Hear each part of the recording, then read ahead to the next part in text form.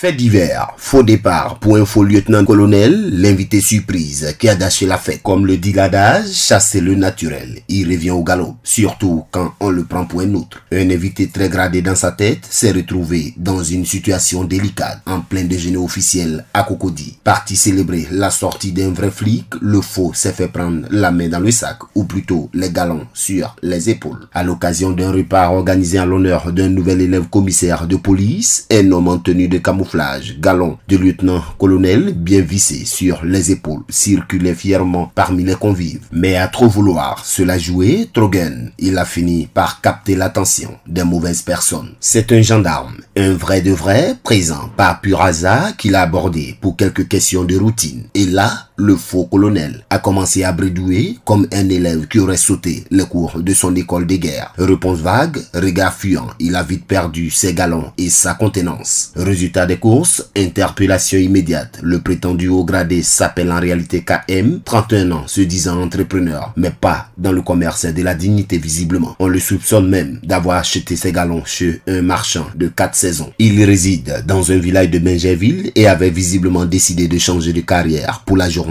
Dans ses affaires, les enquêteurs ont retrouvé une panoplie complète du parfait imposteur. Une tenue vert armé repassée pour l'occasion, une paire de galons flambant neufs encore sous garantie, un téléphone portable sans doute pour appeler à l'aide en cas de pépin et des documents administratifs, histoire de faits sérieux, mais pas assez pour bluffer un vrai gendarme. Le procureur de la République a été informé de la supercherie et notre officier de circonstance a été placé en garde à vue. Il sera déféré devant la justice pour répondre de ses actes. Comme on le dit à Abidjan, il est venu en lieutenant-colonel, mais il est reparti en garde à vue avec une paire de menottes pour se souvenir de cette journée.